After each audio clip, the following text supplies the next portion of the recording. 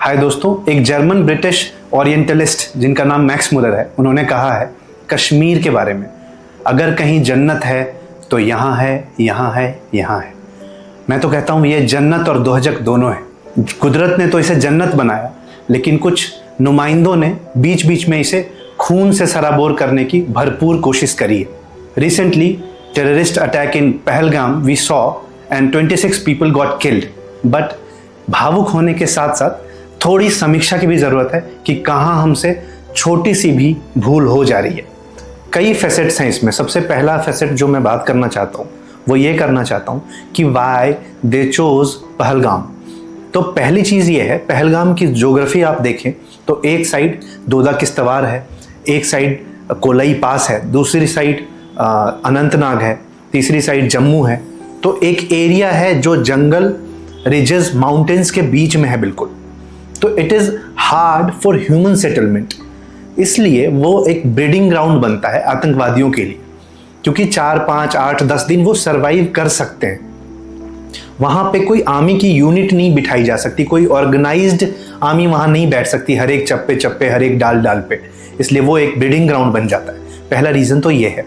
दूसरा रीज़न है, पहले अनंतनाग में ज़्यादा टूरिज्म होता था, बट कुछ मूवीज़ की शूटिंग हुई, कुछ इस तरीके की ज्योग्राफी वहाँ है कि इस वजह से वो शिफ्ट पहलगाम पे ज़्यादा हो गया। So number of tourist in Pahalgam is more than Anantnag. Next point ये है कि this is the start point of Amarnath Yatra. यहाँ से यात्रा स्टार्ट भी होती है, तो ये भी एक इसको टूरिस्ट हब की तरह देखा जाता है। तो इन रीजंस की वजह से पहलगाम को सिलेक्ट किया है उन्होंने। रिसेंटली जनरल आसिम मुनीर जो पाकिस्तान आर्मी के चीफ हैं, उन्होंने एक स्टेटमेंट दिया है जिसमें उन्होंने कहा है, सबसे पहले तो उन्होंने ग्लोरीफाई किया है 2 नेशन थियरी को, और ये बोला है कि जो कश्मीर है it was as well as it is are jugular vein. Jugular vein means क्या होता है? वो वेन्स जो हमारे फेस और हेड को ब्लड ट्रांसफर करता है। सो इसलिए वो बहुत इंपॉर्टेंट है। इस वजह से हमने देखा 7 दिन के अंदर ये चीज़ें हुई।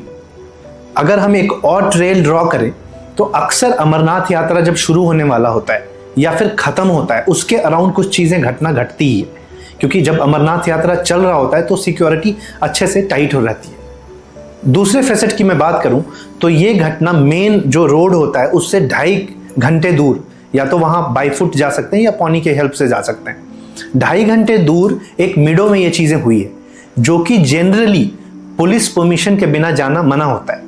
लेकिन कुछ दिनों से पुलिस परमिशन दी गई थी कि आप वहाँ जा सकते हैं। वहाँ पे करीब 1000 लोग गए थे उस 3-4 दिन के दौरान, और उसमें से ये घटना जब हुई तो 26 लोग मारे गए। वहाँ पे ये जो 4-5 टेररिस्ट मौजूद थे, उन्होंने करीब 5 दिन से उस 50 किलोमीटर रेडियस से कोई कम्युनिकेशन डिवाइस नहीं यूज़ किया था। जो हमने पहले बात करी, why it is a breeding ground for group of terrorist. अगर एक यूनिट बैठे तो बिना कम्युनिकेशन डिवाइस के आप कैसे रह सकते हैं? कुछ लोग कहते हैं कि पाकिस्तान की रेलेवेंस थोड़ी घट रही है, इस वजह से प्रॉब्लम्स बढ़ रहे हैं सिंध में, क्वेटा में, बलोच में। तो इस वजह से वो चाहते हैं कि कश्मीर भी रेलेवेंस में आए, क्योंकि पाकिस्तान की इकोनॉमी ऑलरेडी डाउन जा रही है। अगर आप इसका एक और एनालॉजी ड्रॉ करें तो गाजा में यही हुआ था।